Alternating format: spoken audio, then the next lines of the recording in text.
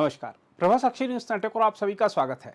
क्या संविधान की प्रस्तावना से धर्मनिरपेक्ष और समाजवादी शब्द हटाए जाएंगे? यह सवाल इसलिए खड़ा हुआ है क्योंकि एक जनहित याचिका के माध्यम से उच्चतम न्यायालय से आग्रह किया गया है कि इन दोनों शब्दों को संविधान की प्रस्तावना से हटाया जाए।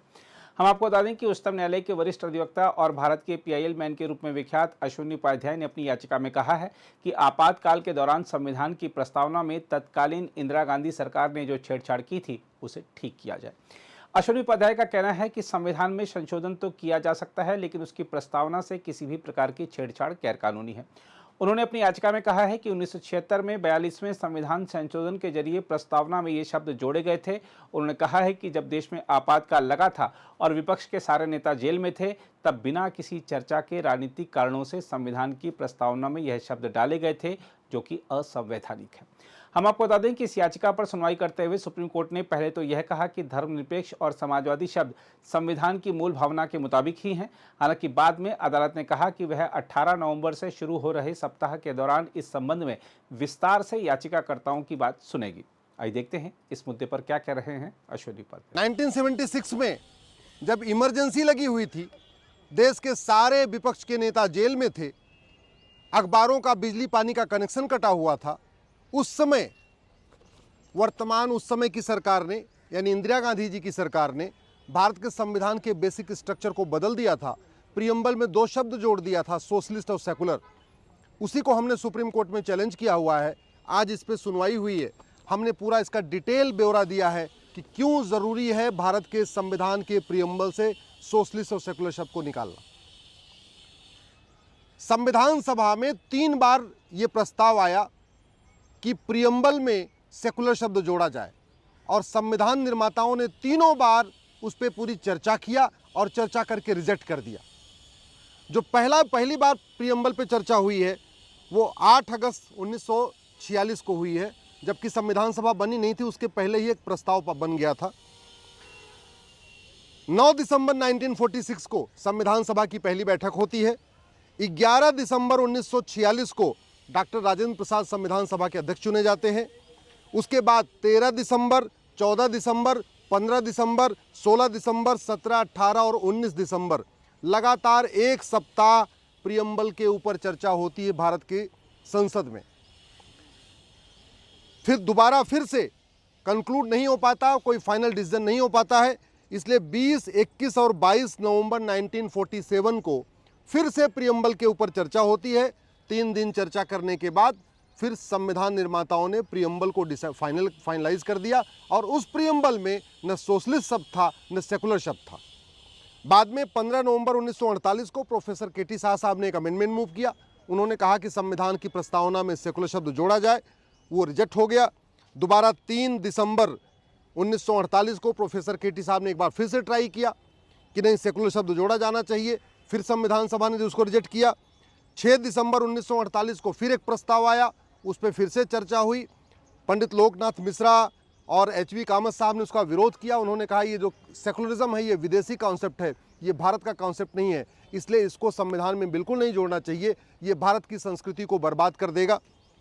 दोबारा 17 दिसंबर 1949 को फिर से एक बार चर्चा हुई और संविधान का प्रियम्बल अडॉप्ट कर लिया गया। वो प्रियम्बल जो 1976 तक भारत के संविधान में था, यानी न उसमें सोशलिस्ट शब्द था, न उसमें सेकुलर शब्द था, न सोशलिस्ट शब्द था।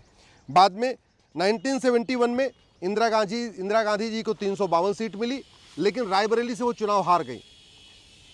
राजनारायण जी ने उनके इलेक्शन को चैलेंज किया, और 12 जून 1975 को हाई कोर्ट ने इंदिरा गांधी जी का इलेक्शन रिजेक्ट कर दिया।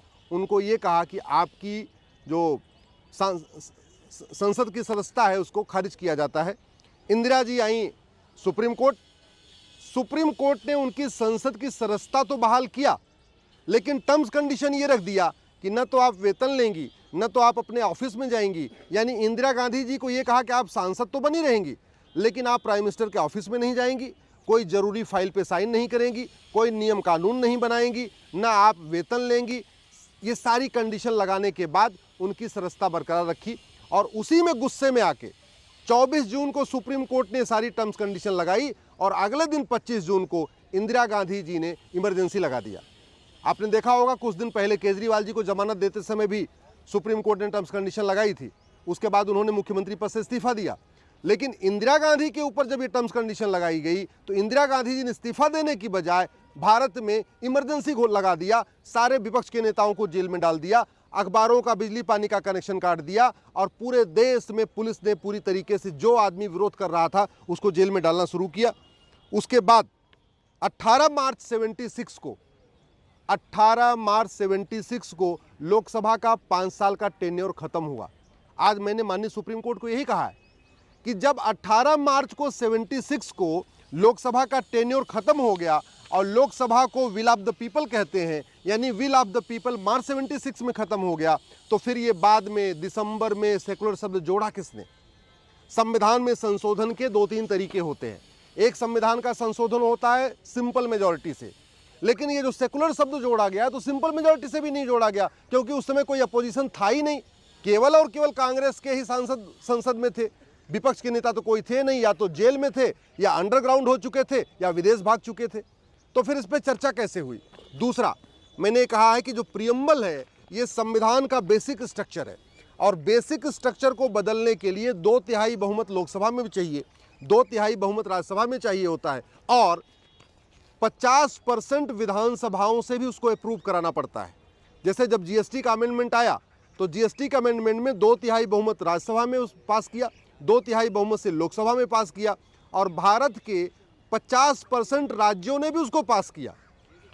जबकि संविधान के प्रियम्बल को बदलते समय न तो राज्यों ने इस पे अपना कंसेंट दिया, न राज्यों ने मुहर लगाई, न उस समय कोई अपोजिशन था, सारे लोग जेल में थे। इसलिए ये जो संशोधन किया गया है प्रियम्बल में, और वो भी उस शब्द को डाला गया, सेकुलर शब्द को, जिसको संविधान सभा ने 3 बार पहले रिजेक्ट कर दिया था। बाबा साहब अम्बेडकर ने बहुत स्पष्ट कर दिया था इसकी कोई ज़रूरत नहीं है, फिर उसको जोड़ने की क्या ज़रूरत थी? मैंने माननीय सुप्रीम कोर्ट को ये भी बताया है कि अभी 26 जून को 2024 को अभी रिसेंटली संसद में बाकायदा प्रस्ताव पास हुआ है। इस साल 26 जून को जबकि इमरजेंसी का 50 वर्ष पूरा हुआ तो लोकसभा में प्रस्ताव पास करके जो इमरजेंसी थी उसको अनकॉन्स्टिट्यूशनल डिक्लेयर कर दिया। जब इमरजेंसी अनकॉन्स्टिट्यूशनल हो गई तो इमरजेंसी के द्वारा जो कुछ नियम कानून बनाए गए वो भी अनकॉन्स्टिट्यूशनल हो गए। जब पूरा का पूरा जो टेन्योर था इमरजेंसी का, जब वही असंवैधानिक हो गया, वही अनकॉन्स्टिट्यूशनल हो गया, तो उस समय जो नियम कानून बने गए, जो प्रियम्बल में संशोधन हुआ, वो भी असंवैधानिक है। दूसरा, मार्च 76 में टेन्योर पूरा हो चुका था लोकसभा का। मार्च 76 में लोकसभा का 5 साल का टेन्योर पूरा हो गया और ये जो प्रस्ताव आया ये तो 2 नवंबर 1976 को आया, यानी मार्च में टेन्योर पूरा हुआ और नवंबर में ये संविधान में संशोधन हुआ। लगभग 6 महीने के बाद, 6 महीने के बाद, उस समय विल ऑफ द पीपल था ही नहीं, लोकसभा का टेन्योर पूरा हो चुका था। तो ये कौन लोग थे जिन्होंने संविधान को संशोधन कर दिया? मैंने माननीय सुप्रीम कोर्ट से भी कहा है कि प्रियम्बल भारत के संविधान का एम्स एंड ऑब्जेक्ट्स है, ये basic structure of the constitution है। और सबसे बड़ी बात, प्रियम्बल पे बाकायदा डेट पड़ी हुई है 26 नवंबर 1949 की। 76 में इसमें संशोधन हुआ और डेट रखी गई है 1949 की, यानी 26 नवंबर 49 की। इससे बड़ा कोई फ्रॉड हो ही नहीं सकता कि बाकायदा डेट तक नहीं बदली और शब्द बदल दिया। इसलिए इसको ओरिजिनल प्रियम्बल को रिस्टोर करना ज़रूरी है। माननीय सुप्रीम कोर्ट ने सारी बातों को सुना है। हमने अपनी पिटीशन की कॉपी अटॉर्नी जनरल साहब को भी दे दिया है, सॉलिसिटर जनरल साहब को भी दे दिया है और अब माननीय सुप्रीम कोर्ट ने अगले माह यानी 18 नवंबर की डेट फिर फिक्स किया है। 18 नवंबर पे इसमें फिर सुनवाई होगी। अगर आप भी लेना चाहते हैं देश दुनिया की तमाम जानकारी तो आज ही सब्सक्राइब करें हमारे चैनल को। साथ ही नीचे दिए बेल आइकन को जरूर दबाएं ताकि हर अपडेट आप तक पहुंच सके।